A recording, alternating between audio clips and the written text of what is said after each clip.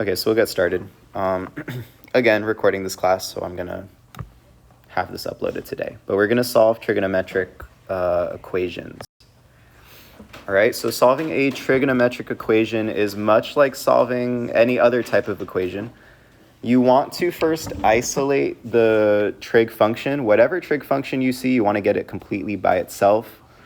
Or, which is going to show up later on in this lesson, is you want to set the equation equal to 0 and then see if you can factor it. Just like a quadratic equation, just like other types of equations that we've done before.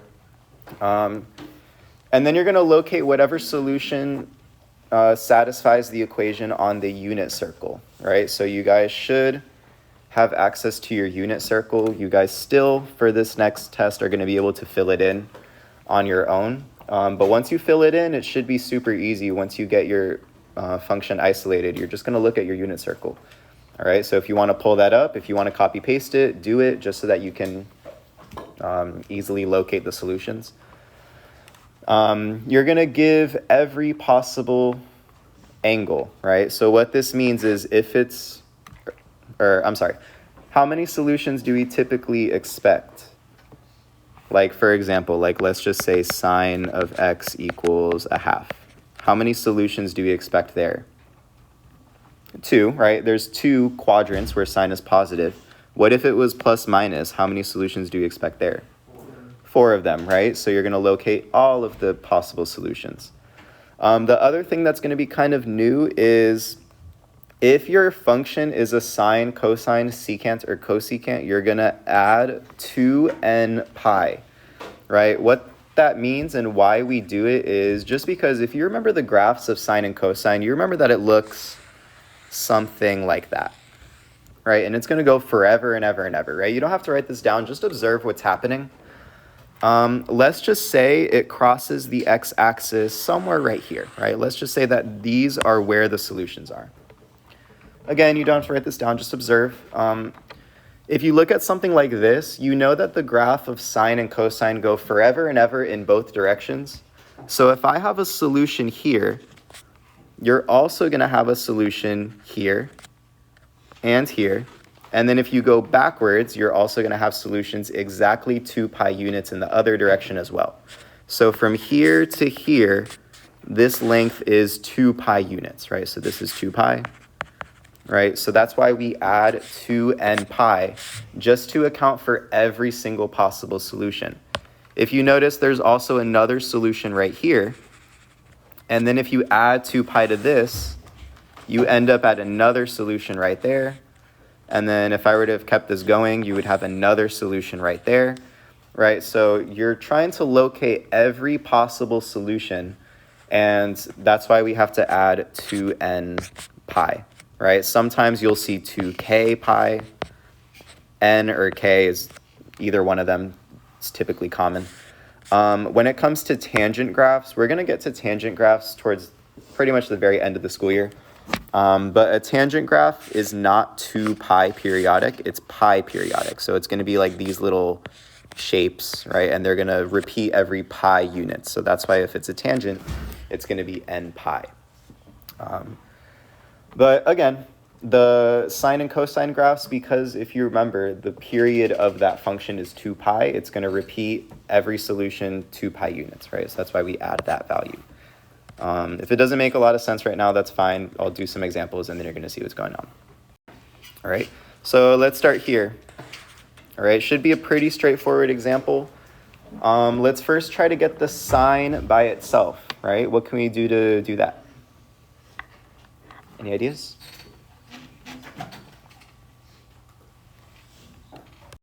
Good, right? So let's move negative sine of x to the other side, right? Very simply, let's just add sine of x on, oh, I can't really see that, hold on. Hang on, okay, plus sine of x, let's add sine of x on both sides. And then what does that get us? Okay, so we get 2 sine of x plus the square root of 2 equals 0. What can we do now? Yeah, right, subtract the square root of 2. And then you're left with 2 sine of x equals negative square root of 2. And then what's the last thing we can do? Divide by 2, right? So then what are we left with? We're left with sine of x equals negative square root of 2 over 2. So now what you guys have to do is look at your unit circle. Where on the unit circle does sine equal negative square root of 2 over 2?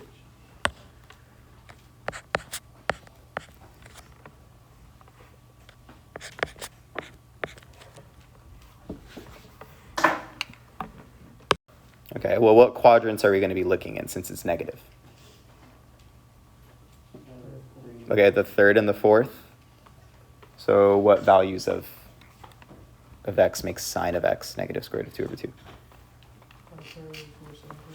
Good, right? So we have two answers here. It's going to be 5 pi over 4. And then the other one is 7 pi over 4. Keep in mind, since this is a periodic function, the values are going to repeat every 2 pi units. So to each of these, what you're going to add is 2n pi. And you're going to do that to both of them, 2n pi. N is just any integer. So if n is any integer, it's just going to repeat. You can add 2 pi, I don't know, 50 times, and you're going to get an answer that satisfies this equation. All right, so this is your final answer. All right, are you okay with that so far? We have to include the plus 2 pi. So, okay, that's a good question. Do we have to include it? I think for the sake of this class, you're going to see on your homework in the instructions, I don't think on the PDF, but like in the assignment itself, it's going to say solve over the interval of 0 to 2 pi. And if it says that, then you don't need to add the 2n pi, all right? Because you're really just looking for those solutions between these two numbers, all right? But if it doesn't say that, then you're going to add the 2n pi.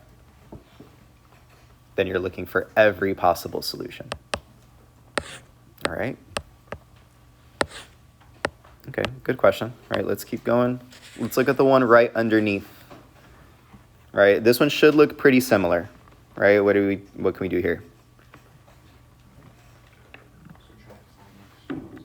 Sure. Yeah, we can do it that way.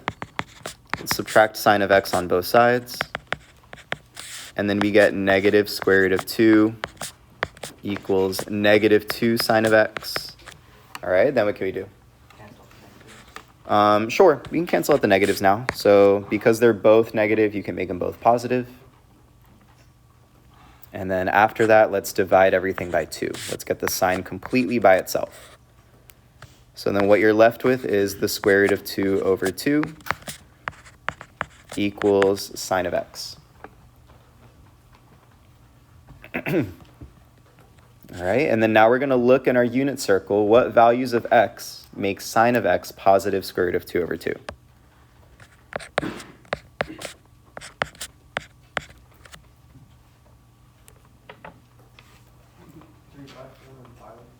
Yeah, good, right? So it's going to be pi over 4. And then the other one's 3 pi over 4. All right, what should we add to these? Good, right? 2n pi. 2n pi, 2n pi. And then that would be your final answer. I think for the sake of this class, like I mentioned, on your homework, it's going to say between 0 and 2 pi. I do believe on your test also, it's going to say between 0 and 2 pi. But this is just good information to know, right? Maybe you're in a situation, I think maybe in pre-calc, you do a lot of them with that additional part of the answer, right? Okay, let's try this one now. All right, what do we think we can do here?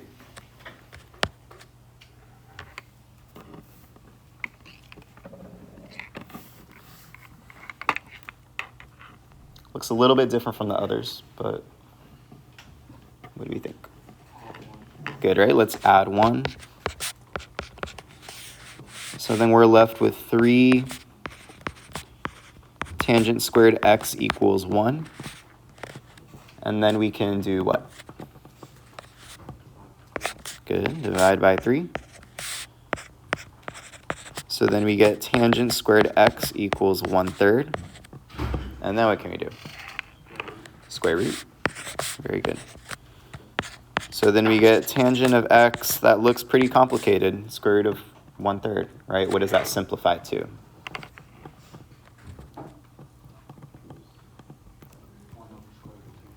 Okay, which becomes square root of 3/3, right? Make sure to rationalize all denominators. We get square root of 3/3. All right, we took a square root, so what else is missing? A plus minus, right? So how many answers do we expect here? 4 of them, right? So we need 4 answers here. We're looking for 2 that make it positive and then 2 that make it negative, right? Give me one of them. Okay, good, pi/6. And then keep in mind, like I said in the previous slide, tangent. We didn't really go over the graph of tangent, but we will eventually. Tangent is periodic by pi units. So instead of 2 pi, I'm going to add n pi, just regular pi. All right, what's another answer?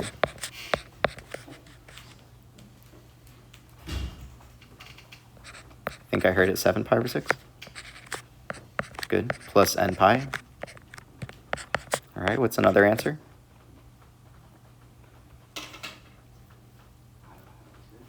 Good, 5 pi/6. Plus n pi. And then what's our last answer? Nice, 11 pi/6. Plus n pi. All right, and then those are... So since you're doing plus n pi, do you even need to put 7 pi/6 and 11 pi/6? Because couldn't n be 1? Oh yeah, that's a good point, isn't it? Yeah, it is going to repeat, right? So if you add pi to pi/6, you do get 7 pi/6. That's a good point. I didn't catch that. So you don't really need that. Or that one. If that makes you uncomfortable, that's fine. Just write all of them.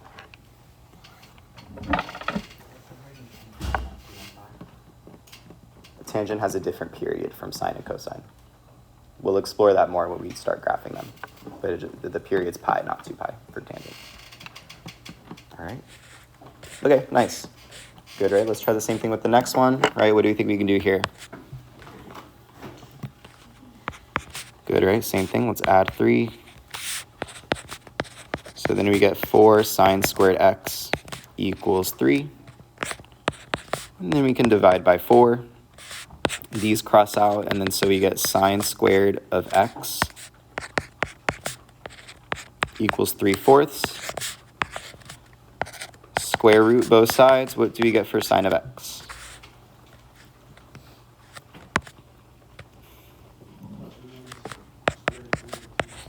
Good, right? Plus minus square root of 3/2.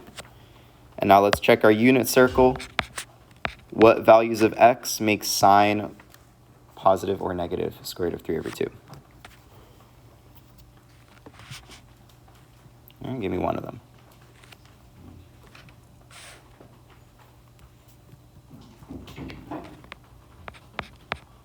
Pi/3 is one of them. And this is sine, so it's 2n pi.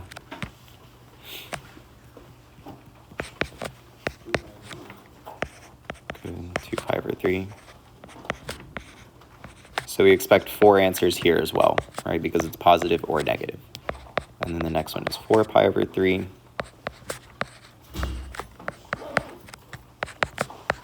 And then the last one, it's 5 pi/3. Plus 2n pi. All right, so then we get those as our 4 answers. Okay, so actually, I was thinking about it a little bit. Your point that you made about the last one. If I had said in the interval of 0 to 2 pi, then you would need to write all of these. So I'm just backtracking a little bit, right? You would have to write all of those. Just because those are all the answers that are in that interval. All right, but generally speaking, you can simplify it as much as you want. All right. All right, good with this page. Hopefully not too bad. Okay, so let's try something slightly different on this page, right? So let's look at this one. What's different about this? It has a cotangent and what else? A cotangent and a cosine, right? There's two different trig functions in the same problem. All right, any ideas on what we can do here? Not quite. I kind of see the idea that you're going for, but not yet. What were you saying,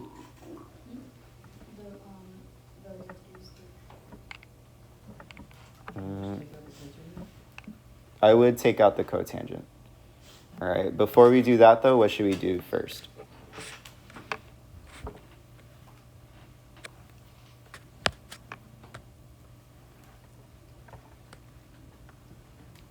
Get everything on one side, I'm thinking, right? Not yet, all right. Let's subtract 2 cotangent of x on both sides. And then you're going to see what that does, right? So then this is going to get us cotangent of x cosine squared x minus 2 cotangent of x equals 0. All right, now that it looks like this, you said we can take out cotangent, right? Okay, let's do that, right? Let's factor it out. So then when we factor out a cotangent, we're going to be left with a cotangent times a cosine squared x minus 2 equals 0. Do we agree that that's factored? All right, so what can we do now?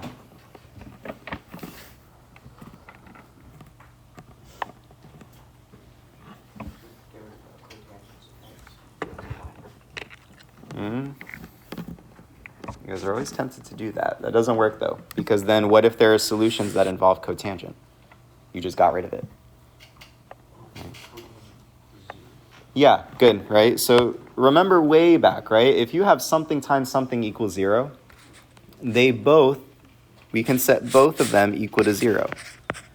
So let's do cotangent of x equals 0, and then let's do cosine squared x minus 2 equals 0. All right, basic math, right? And now let's check our unit circle for cotangent, right? Cotangent is what over what? Good, right? Cosine over sine. So we want cosine to be 0. Right? Where is cosine 0?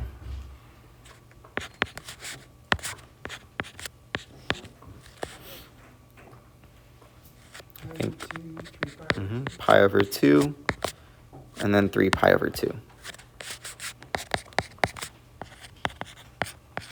Cotangent is like tangent, so it would be pi periodic. It would be n pi plus n pi.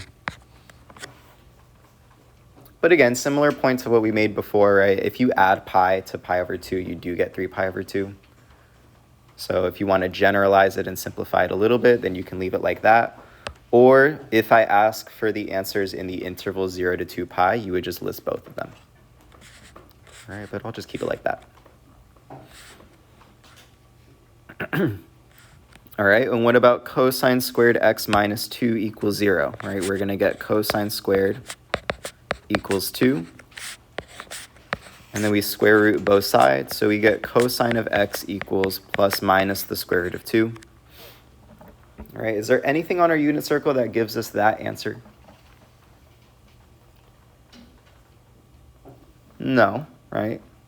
So really there's nothing we can do here, right? I'm just going to cross that out. There's no solutions that are going to come from that. Our only solutions are going to be from these right here.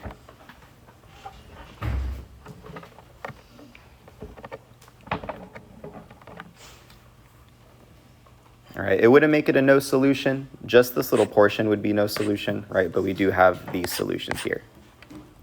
All right, are we fine with that? Okay. Hopefully not too bad. Let's try something similar over here, right? What can we do here?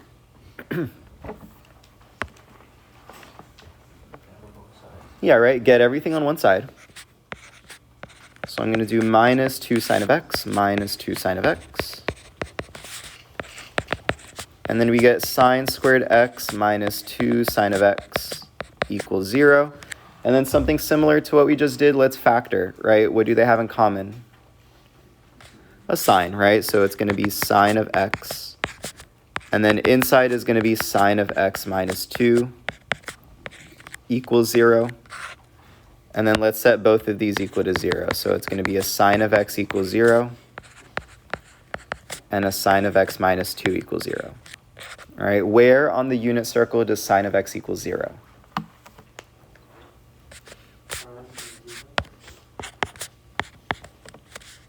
Okay, pi and 2 pi, or let's say 0, right?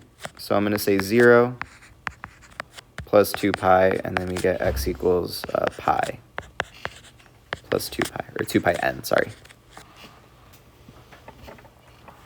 And then when we do the other one, let's add 2 to both sides. We get sine of x equals 2. Is there anywhere on the unit circle where sine is equal to 2? No, so then that part doesn't get you solutions. It would just be these right here. Another way you can think about it, we know that the amplitude of sine is 1 typically.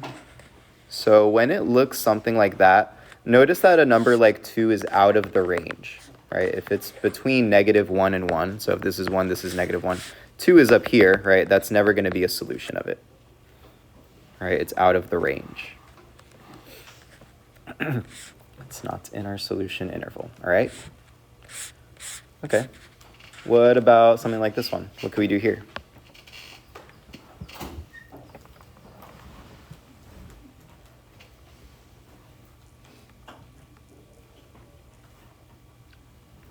Any ideas? Can you factor it? Okay. How can we factor it? Like first times last. Yeah, right. Do we notice that this looks like a quadratic? Right? I have something squared minus that something minus a constant. Right? It looks like a quadratic equation. Let's factor it just like one. Right? So let's do 2 times -1. So we need factors of -2 that add to a -1. Right? What numbers are those? Should be pretty easy. Very good. -2, 1. And then this is going to give us a sine of x minus 2. And then a sine of x plus 1 equals 0. Right? Don't forget to divide by that 2. And then when you simplify this, this is going to get a sine of x minus 1. And then 2 sine of x plus 1 equals 0. All right, and then when we solve this, we get sine of x equals 1. And then we get sine of x equals -1/2. So now we're solving 2 of these. All right, let's start with sine of x equals 1. Right, what values on your unit circle give us sine of x equals 1?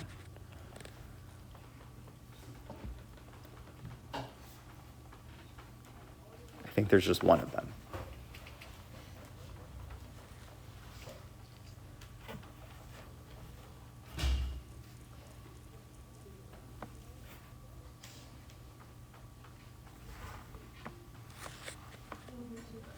Nice, pi over 2. So I'm going to do pi over 2 plus 2n pi. And let's do the same thing for... Okay, sorry about that. Okay. What about... Plus 2n pi or 2 pi n? Doesn't matter. Either way. 2n pi, 2 pi n. It's the same thing. They're all being multiplied. Pi 2n is also fine. That looks weird though, right? You wouldn't do that. So, okay. Where does sine equal a -1/2?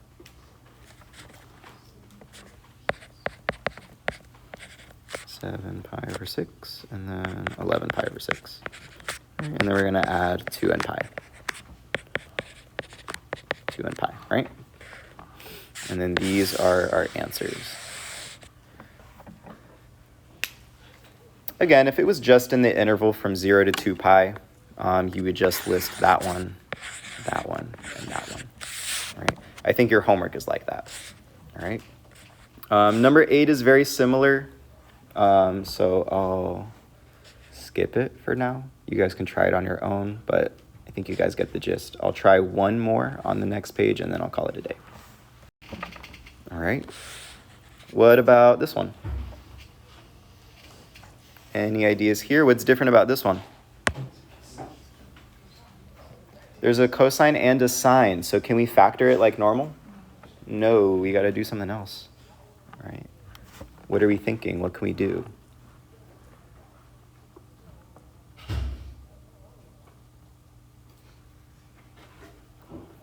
Is there any way to get a sine and a cosine to be the exact same thing?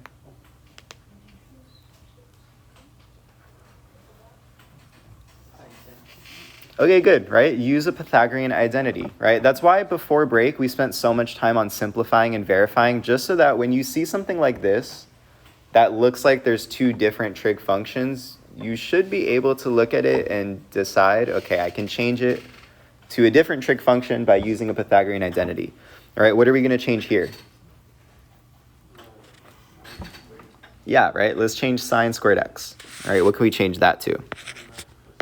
Good, right? 1 minus cosine squared x. And then everything else stays the same, plus 3 cosine of x minus 3 equals 0. Let's distribute that 2. And then it's going to be a 2 minus 2 cosine squared x plus 3 cosine of x minus 3. Looks a little messy. Does anything combine here? 2 minus 3, right? So then we get negative 2 cosine squared x plus 3 cosine of x minus 1 equals 0. I personally don't like factoring when there's a negative in front of the leading coefficient. So what I'm going to do is divide everything by negative 1 to make everything positive, and that's going to give us a 2 cosine of x, or 2 cosine squared x minus 3 cosine of x plus 1 equals 0. And then that looks a little bit easier to factor. All right, how is that going to factor?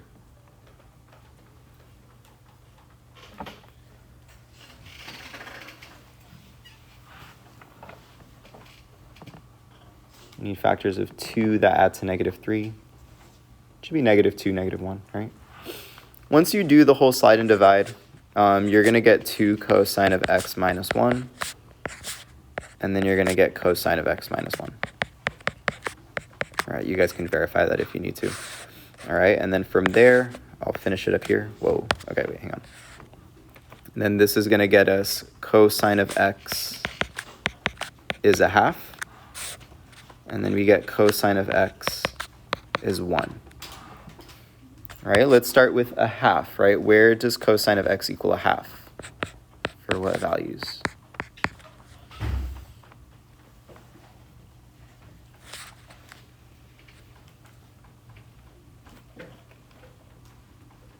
I think pi over 3 is one of them, right? Plus 2n pi. And then what's the other one? Nice, 5 pi over 3. Plus 2n pi. All right.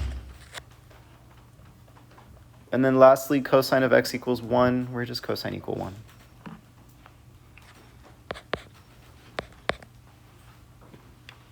There's only one of them. As 0, right? So 0 and then plus 2 pi n, or 2n pi, doesn't really matter. Right? And that's your final answer. All right, the next one is very similar. Again, I'm sure you guys can figure that one out. I do want you guys to at least get started on the homework. So I'll leave it there for today. We'll finish the rest of the examples tomorrow. They do get slightly more complicated. So I would suggest you get started practicing today. I made the homework due Wednesday. But yeah, just get started on that, and then tomorrow we'll finish these notes.